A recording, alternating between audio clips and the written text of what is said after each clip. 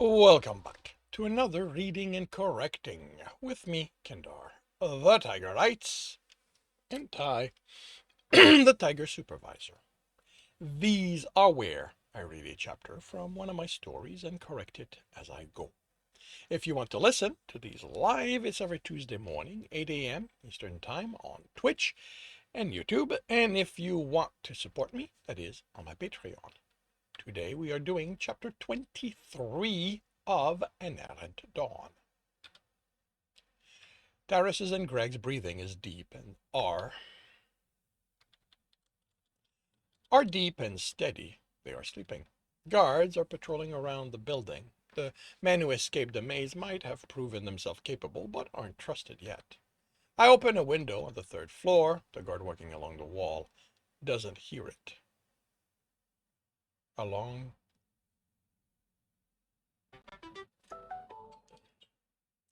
the wall doesn't hear it.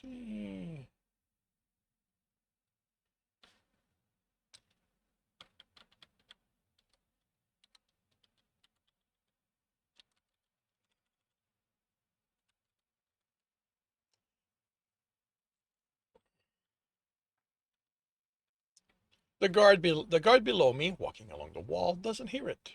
Doesn't look up. The roofs are the domain of his allies, so he doesn't need to bother with them. I hurry.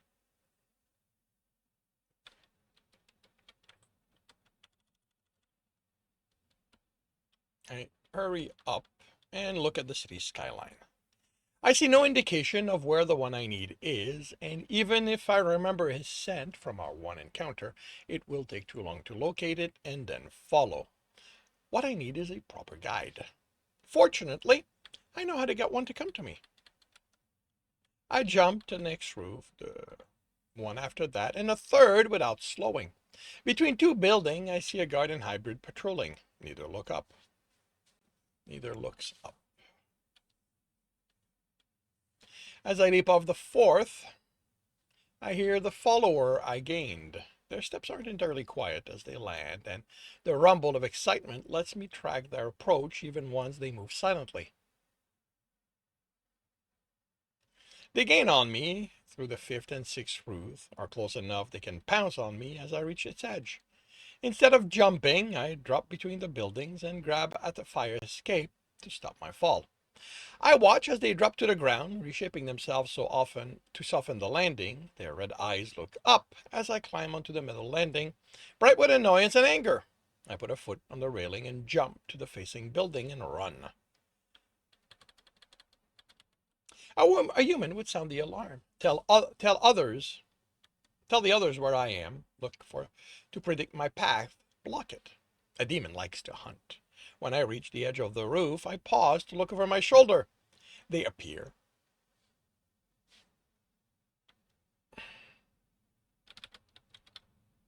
They appear when I reach the end of the roof. I pause to look over my shoulder. They appear at the edge. When they are running on the roof, I step off and quietly land on the fire escape. I look up, waiting. They appear at the edge, look down at me. You are clever, they say, head canting. I am not hungry, but I will hunt you if that is what you want. If you catch me and eat me while you're not hungry, is that a waste of food? I shrug when they lean forward quizzically.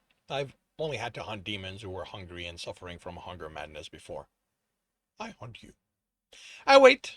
They make a motion that starts at the end, claws moving, then ripple to the arm and body. A message for someone who understands demon language? I keep waiting. It is not pleasant. They say annoyance in the undercurrent at the recollection of the sensation, or me who isn't playing my part and running scared. I have no way to tell. It is heavy, but it is not a waste. Thank you. You are strange. They cant their head in curiosity, sniffing the air. You look human, but smell like the human things, not like humans, not like the people. Humans made me. I'm part human and part demon. Their eyes brighten. Is this a hunt for you then? I will not make it easy. I shake my head. I'm not hunting tonight. I need to speak with Rules Us All. I don't know where to find them. They look at the moons, then around. Rolls them all is at the Airy. They motion to a tall building in the distance. The one I saw in the reconnaissance picture during the briefing. I'm now close enough to see that the top floors are destroyed. Will they eat me if I show up without warning? Well, the mall isn't hungry. An old demon is. And older the demon is, the less they need to eat. But they also move less to the point where they simply sit in one place between hunts. Or at least that's what Lives Alone told me. Rules us all is much older, and yet they move. They came to the maze to subdue claws. I jump to the other roof and walk backward, watching for the demon to follow. When they don't, I turn and start running. The building is outside what Harry called the kingdom. The only section the military was interested in. That would be why they didn't address the building. The Airy. They might not know. They might not even know Rules Assault lives there. The number of guards I see as I travel drops to nothing once I'm outside the perimeter, and demons also become rarer. Those who see me don't give chase. The demon I spoke with, somehow send a warning, explaining what I'm doing. The Airy is so much taller than the buildings around it, I have to climb its side. When I reach the top, it's covered by debris. Claw's mark on the floor and the large piece give me an indication of how this happened. The sense of the sense around.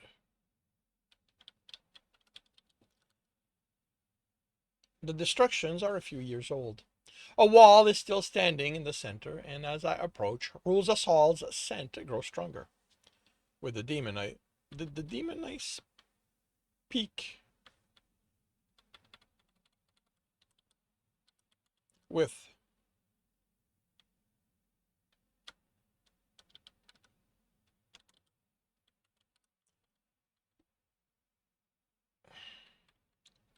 call rules them all because they don't recognize rules them all because they don't recognize rules as rule, or is it a human thing again?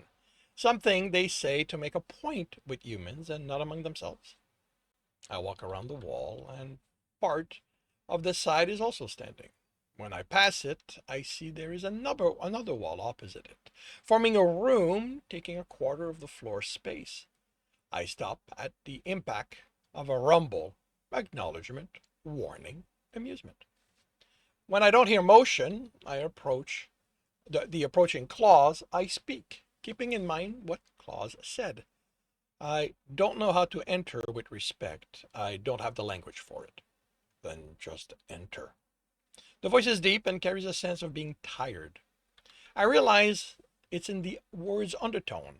Unlike Claus, Rules Us All can put the undertone in his word.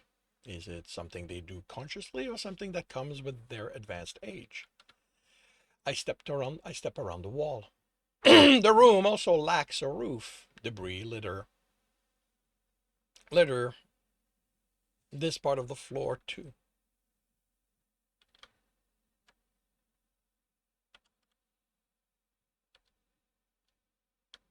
Rules Us All is on my left, seated on a large chair made of bones against what is the back wall of this space. Skulls in various shape and size hang from the wall behind them. I pause when I notice a large number of them are human skulls. Humans collect from what they hunt. Rules Us All say, display them, show how skilled they are in the hunt. The undertone is amusement, curiosity, and something I can only identify as envy, although it isn't exact. I try to understand why they tell me this. Are they looking for confirmation? I don't know much about humans and why they do what they do. Strength, they say. They make the human motion for me to approach. Humans want strength, power. They don't grow into it as we do. Sometimes humans lie about the power they hold. Humans like to lie, I reply, approaching. It protects them, hides how weak they are. The red eyes aren't as bright as I expect, but the strength behind them is unmistakable. Do you lie? I've had to. I answer without hesitation, but I don't enjoy it. I don't lie to demons, only humans. You have a weakness to hide from humans, but not the people. They are amused, curious. Humans don't accept that I'm not interested in their world. They keep pulling me back in, demand that I work for them. I stop to get my anger under control. They claim that because they made me, I have to do what they want. They study me in silence. You are here to ask that I free you from them? The motion in the direction of the military camp. No, I'm here because I want to understand why you work for them. They watch me. Then the laugh hits me and I stagger back. It isn't a sound. It's not even a rumble. It's simply the intent of laughter. I don't work for them, eater of the people. They didn't make me. You heard about that? I grumbled. I am rules them all. I hear many things. Do they realize humans altered their name? Do they care that humans did it? Then why are you here? Why do you let humans treat your people as if they are theirs? I am here because this is mine, Rosdamal says, and the undertone hits me. A sense of standing between his people and threats of maintaining order in a time of chaos and change. Did they try to explain that to humans? And it's how they decided their name was rules us all? I was here when humans fell from the sky in their spaceship. The wild is mine. I do not give up what is mine. I allowed humans to come here to grow their families. I watched and learned. Humans are interesting and strange. I enjoy those things. Mr. Graves seems to think all this belongs to him. They give me a human shrug. Humans are strange. Sometimes they lie, so they feel they have more power. So you let him claim that this cities belong to him? It serves me that he thinks so. He made it so humans left, keeps them from returning. He controls those here so they stay in their place. He feeds my people sometimes.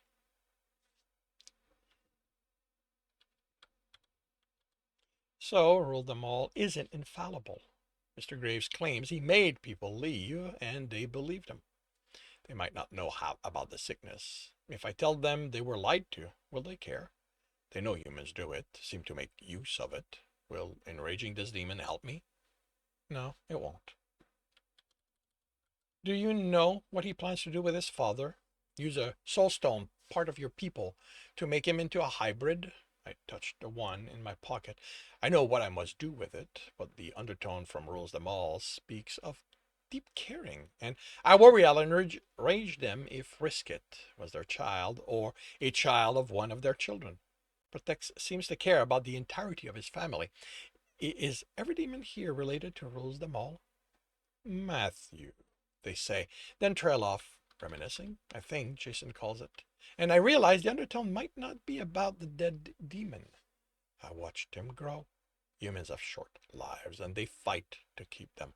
I understand the need to not relinquish what is his, to refuse the first one's call. He isn't the first human to try.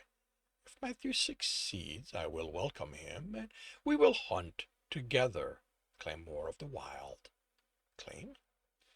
So you don't mind that they're going to use a dead demon for that? If the first one can't keep those who are theirs, how is it my concern? Even if it's your child who died? The word come with amusement. My children don't listen to the first one's claim. I taught them better. Any who will hunt them will die. Demons don't lie. They have no need. That has been a constant since first meeting Claus. But Rose the Mall is odd, different from any I met. They like humans, how they think. They speak of claiming the wilderness. Claus only speak of it as something that is, not something to be claimed. Is greed something something a demon can learn? How will that affect what they do?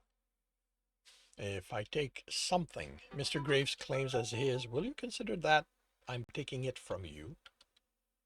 If you can take what is his, then he doesn't deserve to keep it. His hunts are not my responsibility.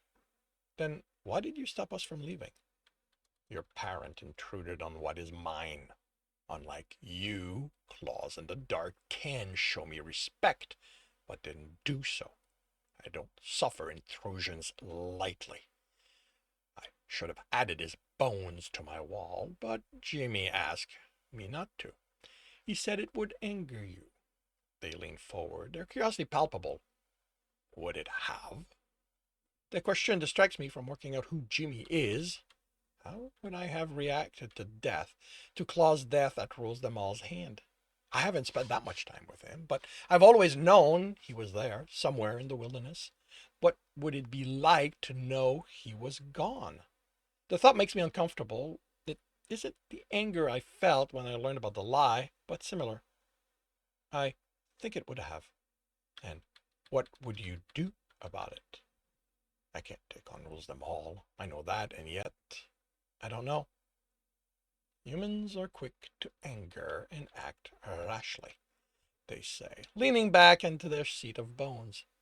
Don't be like them. I put thoughts of Claw's dying out of my mind. It's harder than it should be. Rules Them All confirmed. We can take Amanda. That's all I need to know. Why claim more of the wilderness? I asked before I considered the wisdom of it. They watched me, amused. Because it is there. The undercurrent is certainty, the rightness of them taking it. Taking for the sake of taking.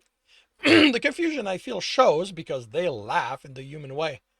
I have heard of one like you who gathered the people, who claimed a territory. Adam, I confirm. They can't their head. Those who speak call him wants to rule. I nod. That name makes sense from a demon's point of view. He's dead. Haunted by claws in the dark with help from humans. Were you there? I nod. Demons travels and spread story. That's how Rules Them All heard of Adam. Matthew talked about it after I told him. The television didn't mention wants to rule, not even by his human name. Humans like to hide what makes them look weak. Matthew likes what wants to rule did. Said that if he was younger, he'd do it. That I would help him gather the people, and that together we would claim the wild. That we would decide who can hunt in it. If this procedure works, is that what Matthew will do? They shrugged and smiled. I do not need Matthew to claim the wild. The undertone is pride, strength, inevitability, more than I can understand, and I stare at them. Demons can learn from humans. Those who survive in the cities form something resembling criminal organization, wrapping themselves among humans to make themselves more difficult to find. But it doesn't change who they are at their core. The hunt to feed them. They hunt to feed, protect their territory, but they don't lead them the way humans think of leadership. They protect it because demons protect what is theirs, their family, their territory. But this sense of superiority I get from Rules Them All? I felt it in a fight where strength was pitted against strength and one is superior to the other. But expansion? I believe they have the right to everything? Until now, I had only seen it in humans and Adam. But unlike Adam, there is nothing about Rules Them All that feels insane. They are someone who, once they make up their mind, do what they have decided to. That is what the sense of inevitability I get from them is. The only aspect that works against their desire is the unwillingness to work with others of their kind. But outside their family? Demons are solitary on some level, a trait I share. I take out the soul stone, confident I'm no longer in danger of enraging it. This is risk it. They glance at it. You hunted him. There is no undertone. They hunted me, but I won. I've been shown a way to honor them, return them to the first one, but I don't know if that's how you want it done. Why do I care what you do with what is yours? They say, no longer interested. I pocket it and find I'm not sure how to end the meeting. With claws, I just walk away, but humans can be finicky about rules and rituals. Rules them all has shown enough human behavior that I worry I might offend them if I walk away. I don't have anything to ask unless you have objection. I'll leave.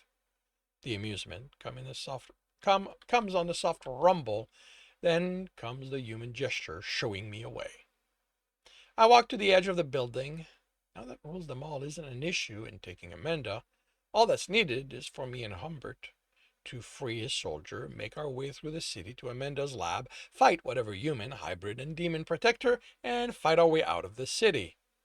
I believe Jason's description of this situation would be piece of cake. And that concludes chapter 23 of An Errant Dawn. If you are enjoying this, please leave a like. If you want to know when the next chapter will be up, subscribe and hit the bell. If you want to read this story as well as the other two books in the trilogy, they are available on Kindle Unlimited. If you want a different way to support me, as well as getting access to everything else I've written, that is on my Patreon. And if you're looking to listen to these live, it's every Tuesday morning, 8 a.m. Eastern Time on Twitch and YouTube. Links are in the notes, and with that, I shall wish you a good day.